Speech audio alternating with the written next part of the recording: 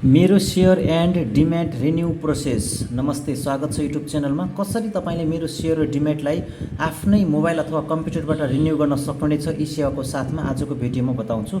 सबभन्दा पहिला तपाईँले वेबसाइटमा जानुपर्ने हुन्छ, जहाँ मेरो सेयर .cdsc.com.np/#/login भनेर तपाईँले थिच्नुपर्नेछ। यसरी तपाईँले थिचिसकेपछि यस्तो ड्यासबोर्ड खुल्नेछ, जहाँ लेखेको छ मेरो सेयर भनेर लेखेको छ। अब तपाईँले के गर्नुपर्छ भन्दाखेरि यहाँनिर डिपोजिटरी पार्टिसिपेन्ट्स कुन हो त तपाईँले यसरी सेलेक्ट गर्नुहोस्। यसरी यो एरोमा क्लिक गर्नुहोस् हैन।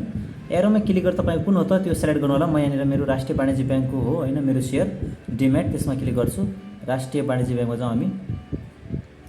आरबिबी PQR आरबिबी मर्चेन्ट ब्याङ्किङ लिमिटेड भनेर उल्लेख गरेको छ। यसरी तपाईँले पनि आफ्नो चाहिँ डिपोजिटरी पार्टिसिपेन्ट्स कुन ब्याङ्क हो हैन, त्यो ब्याङ्क सेलेक्ट गर्नुहोस्। त्यसपछि यहाँनिर युजर नेम भन्छ, तपाईँको युजर नेम र यहाँनिर पासवर्ड हाल्नुहोस्। हामी पनि हाम्रो यहाँनिर युजर नेम र पासवर्ड राखेर यहाँनिर त्यसपछि यो लगइन भन्ने अप्सनमा क्लिक गरेर लगइन गर्नेछौँ। त्यसपछि तपाईँले कसरी मेरो सेयर अथवा डिम्याटलाई रिन्यू गर्न सक्नुहुनेछ, एक्सपायर भइसकेपछि जान सक्नुहुनेछ।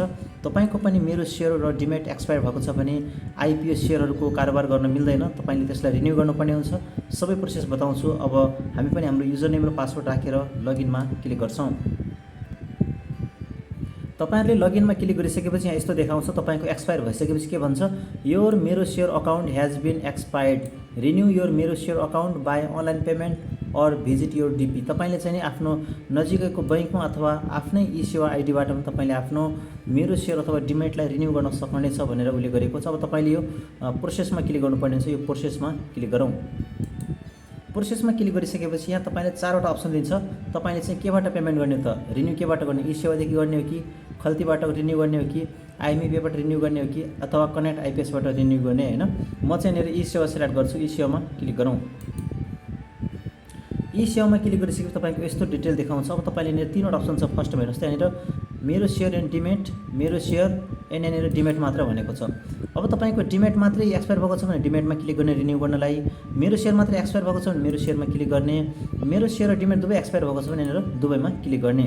अब एक्सपायर कहिले हुन्छ हेर्नका लागि यो साइडमा इन्फो भनेको छ। यहाँनिर यो इन्फोमा renew your account by online payment के भनेको छ, 2023 5 को महिना 15 तारिकमा चाहिँ मेरो सेयर एक्सपायर भइरहेको छ र डिम्याट कहिले एक्सपायर हुँदैछ, 2080 साल 3 को महिना 31 गते, असाढ 31 गते चाहिँ डिम्याट एक्सपायर भइरहेको छ। मेरो सेयर चाहिँ तपाईको जनवरी फेब्रुअरी मार्च अप्रिल मे को 15 तारिकमा एक्सपायर भइसकेको छ हैन।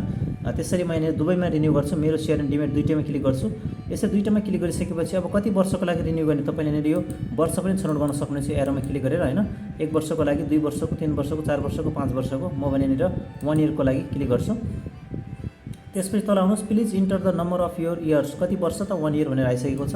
र तल हेर्नुहोस्, यहाँ तपाईँ के भनेको छ, मेरो सेयरको 1 वर्षको लागि 50 रुपियाँ, डिम्याटको लागि 1 वर्षको लागि 100 रुपियाँ गरेर जम्मा 150 रुपियाँ चाहिँ तपाईँको यहाँनिर रिन्यूमा लाग्छ भनेर भनेको छ। अब हामीले यो फेरि प्रोसेसमा क्लिक गर्नुपर्ने छ। यो साइडमा प्रोसेस छ, यसमा क्लिक गरौँ। हामी तपाईलाई सिकाइरहेका छौँ कसरी तपाईले ई सेवाको साथमा डिम्याट अथवा मेरो सेयरलाई रिन्यू गर्न सक्नुहुन्छ। सबै प्रोसेस भिडियोको साथमा रहनुहोस्। प्रोसेसमा क्लिक गरौँ। एकछिन लोडिङ हुनेछ। प्रोसेसमा क्लिक गरिसकेपछि हेर्नुहोस्, त्यहाँनिर प्रोडक्ट अमाउन्ट 150 भनेर देखाएको छ हैन। र यो साइडमा लगइन भनेको छ। यहाँनिर लगइनमा क्लिक गरेर आफ्नो ई सेवा आइडी र यहाँनिर तपाईको पासवर्ड लेखेर लगइन गर्नुपर्ने छ। हामी पनि हाम्रो ई सेवा आइडी र पासवर्ड लेखेर लगइन गर्छौँ। साथीहरु, तपाईले लगइन गरिसकेपछि यहाँनिर एउटा कोड माग्छ, enter token send your phone number. तपाईको फोन नम्बरमा टोकन गएको हुन्छ हैन। त्यो टोकन तपाईले यो बक्समा हालिसकेपछि कन्टिन्यू पेमेन्टमा क्लिक गर्नुपर्ने छ। हामी एकैछिन वेट गर्छौँ। हाम्रो टोकन मेसेजमा आउँछ हैन। जुन नम्बरमा तपाईको ई सेवा छ त्यसैमा टोकन आउँछ। त्यो टोकन हामीले यहाँनिर राख्नुपर्ने हुन्छ। अब हामी यहाँनिर टोकन राख्छौँ। हामीले यसरी यहाँनिर कोड राखिसकेका छौँ जुन टोकन मेसेजमा आउँछ हैन। अब तपाईले यो कन्टिन्यू पेमेन्टमा क्लिक गर्दा हुन्छ। कन्टिन्यू पेमेन्टमा क्लिक गरौँ। यहाँनिर क्लिक गरिसकेपछि तपाईको यस्तो डिटेल देखाउँछ। हेर्नुहोस्, त्यहाँ तपाईको ई सेवा आइडी, नाम, तपाईको नम्बर, ठेगाना देखाउँछ हैन। अब तपाईले यो कन्टिन्यू पेमेन्टमा क्लिक गर्नु होला। कन्टिन्यू पेमेन्टमा क्लिक गरिसकेपछि तपाईको यस्तो डिटेल देखाउँछ। अब तपाईको यहाँनिर फेरि कन्फर्ममा क्लिक गर्नुहोस्। दुईचोटि तपाईले कन्फर्म क्लिक गर्दाखेरि payment failed payment failed please try again भनेको छ। हामी ब्याक भएर होम पेजमा जान्छौँ र फेरि तपाईँले ट्राई गर्नुपर्ने हुन्छ। तर एकपटकमा भएन भने तपाईँको 2-3 पटक ट्राई गर्नु होला, तपाईँको यसरी नै रिन्यू हुन्छ होइन। त्यहाँनिर फेल देखाएको भए तापनि यहाँनिर इस्युमा देख्न सक्नुहुन्छ हाम्रो पैसा काटिसकेको छ होइन।